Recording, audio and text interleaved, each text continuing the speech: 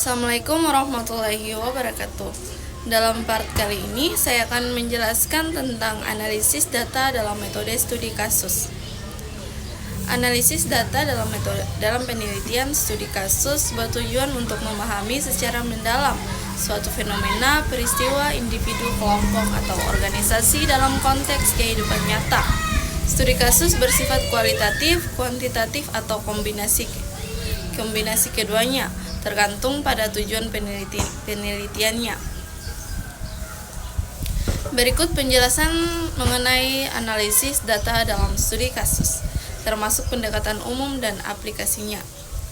Yang pertama, pendekatan umum. Analisis studi kasus.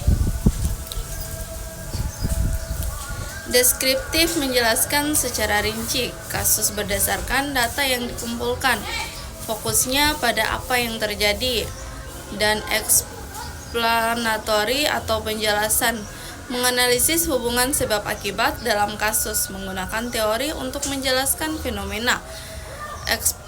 Eksploratori digunakan jika peneliti belum tahu pasti fenomena yang akan dipelajari, biasanya jadi fondasi untuk studi lebih lanjut.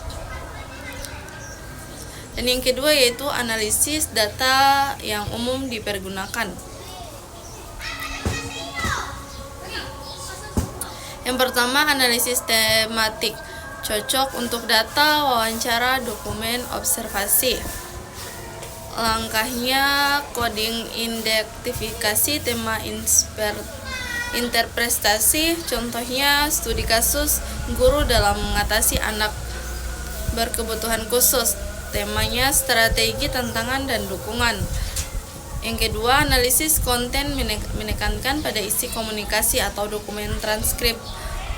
Mengidentifikasi frekuensi, intensitas, atau pola dari kata frasa tertentu. Analisis naratif digunakan jika data disusun dalam bentuk cerita atau pengalaman personal. Fokus pada alur, karakter, konflik, dan resolusi dalam narasi.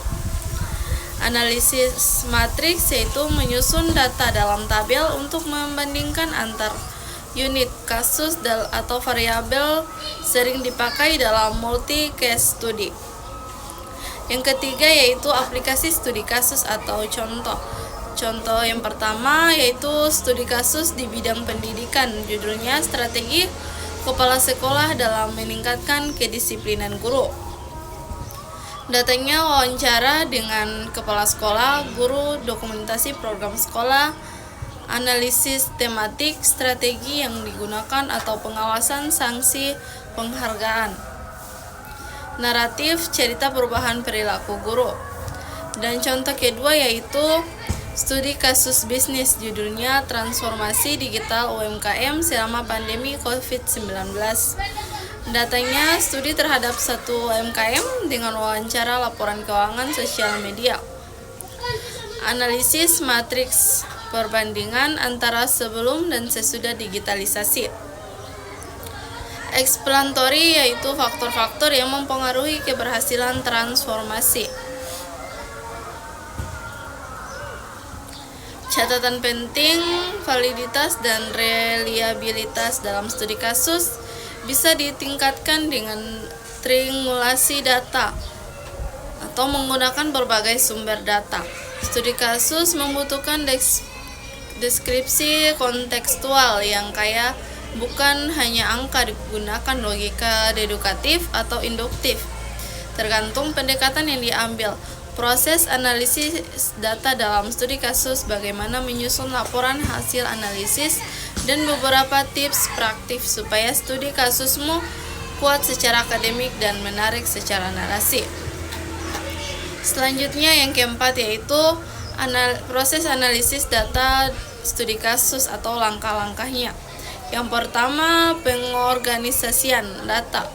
Mengumpulkan semua data dari wawancara, observasi, dokumen, dan lain-lain. Mengelompokkan berdasarkan jenis atau sumber data, misalnya wawancara kepala sekolah, observasi kelas, dokumen program sekolah. Yang kedua, transkripsi dan coding. Wawancara ditranskrip secara verbatim Data di-coding atau diberi label menggunakan pendekatan terbuka, aksial atau selektif. Contohnya kode, strategi motivasi, kendala sumber daya, dan dukungan orang tua. Yang ketiga, kategorisasi dan pembangunan tema. Gabungkan kode menjadi kategori dengan tema utama. Contohnya kategori strategi, tema pemberdayaan guru, kontrol disiplin, komunikasi efektif. Dan yang keempat yaitu interpretasi data, mencari makna mendalam di balik data, mengaitkan temuan dengan teori atau studi sebelumnya. Yang kelima, validasi data, triangulasi dibandingkan antar sumber atau wawancara versus dokumen versus observasi, member checking informasi, memverifikasi temuan. Yang kelima, menyusun laporan analisis studi kasus. Struktur laporan bagian analisis data bisa seperti ini. Yang pertama, deskripsi kasus. SMA X merupakan sekolah menengah swasta di daerah Y dengan jumlah siswa 1.200 dengan 80 guru. Temuan penelitian disusun berdasarkan tema atau kategori. Contohnya tema 1, strategi kepala sekolah. Berdasarkan wawancara dan observasi ditemukan bahwa kepala sekolah menggunakan strategi insentif, pemberdayaan guru, dan pengawasan ketat. Tema 2, kendala yang dihadapi. Kendala utama adalah keterbatasan SDM, kurangnya dukungan orang tua, dan lemahnya koordinasi internal. Selanjutnya diskusi temuan, bandingkan dengan teori atau studi terdahulu. Temuan ini sejalan dengan teori kepemimpinan transformasional BAS atau 1990. Yang keenam yaitu tips praktis supaya analisis data studi kasus kamu kuat. Fokusnya jangan terlalu melebar, tetap pada pernyataan penelitian. Gunakan teori sebagai lensa, bukan batasan. Biarkan data berbicara, refleksif. Catat juga posisi dan peranmu sebagai peneliti, khususnya kalau kamu bagian dari konteks kasus. Naratif itu penting. Bangun cerita dari temuanmu agar pembaca bisa merasakan kasusnya. Selanjutnya kita lanjut ke bagian lanjutan dari analisis data studi kasus, terutama untuk mendalami contoh pengelolaan data kualitatif. Contohnya penarikan kesimpulan dan cara menyajikan data dalam skripsi atau laporan penelitian. Contoh pengelolaan data studi kasus atau kualitatif.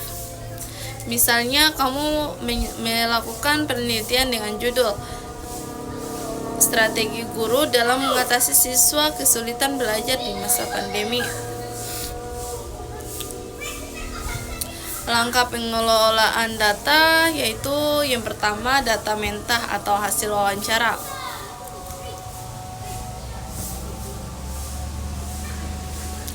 Saya biasanya mengadakan bimbingan belajar tambahan secara daring dan juga memberi motivasi pribadi lewat chat WhatsApp kepada siswa yang kelihatan tertinggal. Guru A, coding strategi bimbingan tambahan, dukungan personal, motivasi siswa. Kategori strategi pembelajaran tambahan, pendekatan personal,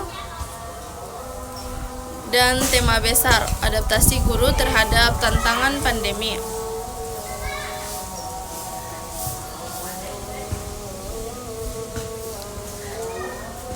Yang kedelapan yaitu penarikan kesimpulan dalam studi kasus. Setelah analisis selesai, kesimpulan harus yang pertama bersifat holistik, menyeluruh, mencakup semua aspek penting dari kasus. Dan yang kedua, berdasarkan data bukan asumsi pribadi. Dan yang ketiga, mengacu pada tujuan peneliti dan rumusan masalah. Contoh kesimpulannya yaitu guru menghadapi berbagai tantangan dalam proses pembelajaran selama pandemi seperti keterbatasan teknologi dan motivasi siswa. Selanjutnya yaitu penarikan kesimpulan dalam studi kasus. Contohnya analisis selesai kesimpulan harus pertama bersifat holistik, menyeluruh, mencakup semua aspek penting dari kasus. Yang kedua berdasarkan data bukan asumsi pribadi, mengacu pada tujuan penelitian dan rumusan masalah. Contoh kesimpulan, guru menghadapi berbagai tantangan dalam proses pembelajaran selama pandemi seperti keterbatasan teknologi dan motivasi siswa untuk mengatasi hal ini. Mereka menerapkan strategi seperti pembelajaran tambahan, daring, pendekatan personal, serta pembangunan komunikasi insentif dengan orang tua siswa.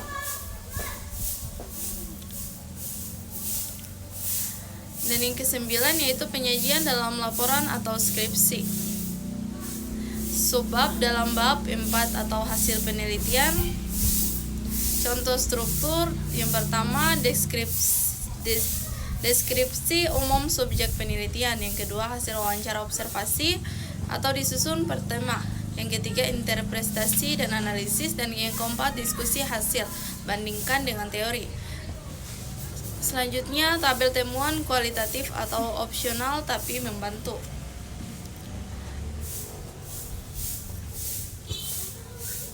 Kodenya kode, tema, dan kategori. Strategi pembimbingan, strategi pembelajaran, adaptasi guru dalam masa pandemi, dukungan personal, pendekatan personal, hambatan internet, kendala teknis, tantangan pembelajaran daring.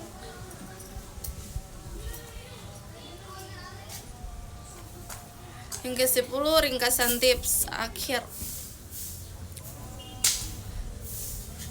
Tipsnya yaitu gunakan kutipan langsung untuk menguatkan narasi analisis.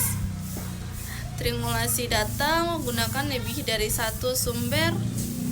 Dan visualisasi data, gunakan tabel diagram atau peta tema. Gunakan bahasa akademik tetapi tetap jelas dan mengalir. Kesimpulannya yaitu berdasarkan hasil penelitian yang dilakukan melalui pendekatan studi kasus di SD Negeri X, dapat dikumpulkan bahwa guru telah mengembangkan berbagai strategi untuk mengatasi kesulitan belajar yang dialami siswa selama pandemi COVID-19. Yang pertama, strategi yang diterapkan. Guru menggunakan strategi pembelajaran daring yang adaptif, termasuk pembelajaran tugas berbasis proyek, penguatan materi melalui media video, dan teknologi dan komunikasi inisiatif dengan orang tua. Selain itu, bimbingan belajar tambahan secara daring juga menjadi solusi utama bagi siswa yang mengalami ketinggalan. Yang kedua, kendala yang dihadapi. Kendala utamanya yang dihadapi guru meliputi keterbatasan akses teknologi bagi siswa, kurangnya motivasi belajar siswa di rumah, serta keterbatasan waktu guru dalam memberikan bimbingan individual. Yang ketiga, faktor pendukung keberhasilan strategi. Faktor yang mendukung keberhasilan strategi guru antara lain dukungan kepala sekolah, kerjasama yang baik dengan orang tua, serta kemampuan guru dalam menggunakan teknologi pembelajaran. Yang keempat yaitu peran kontekstual sekolah.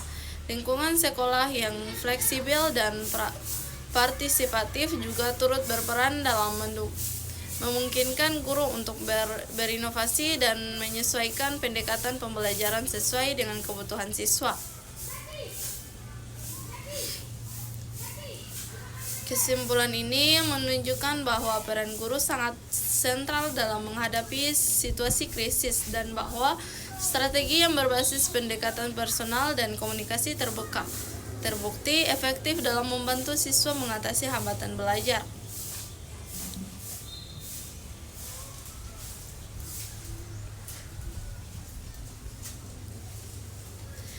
Baik, itu saja yang dapat saya sampaikan pada video part kali ini. Lebih dan kurangnya saya mohon maaf. Billahi taufiq wal hidayah. Wassalamualaikum warahmatullahi wabarakatuh.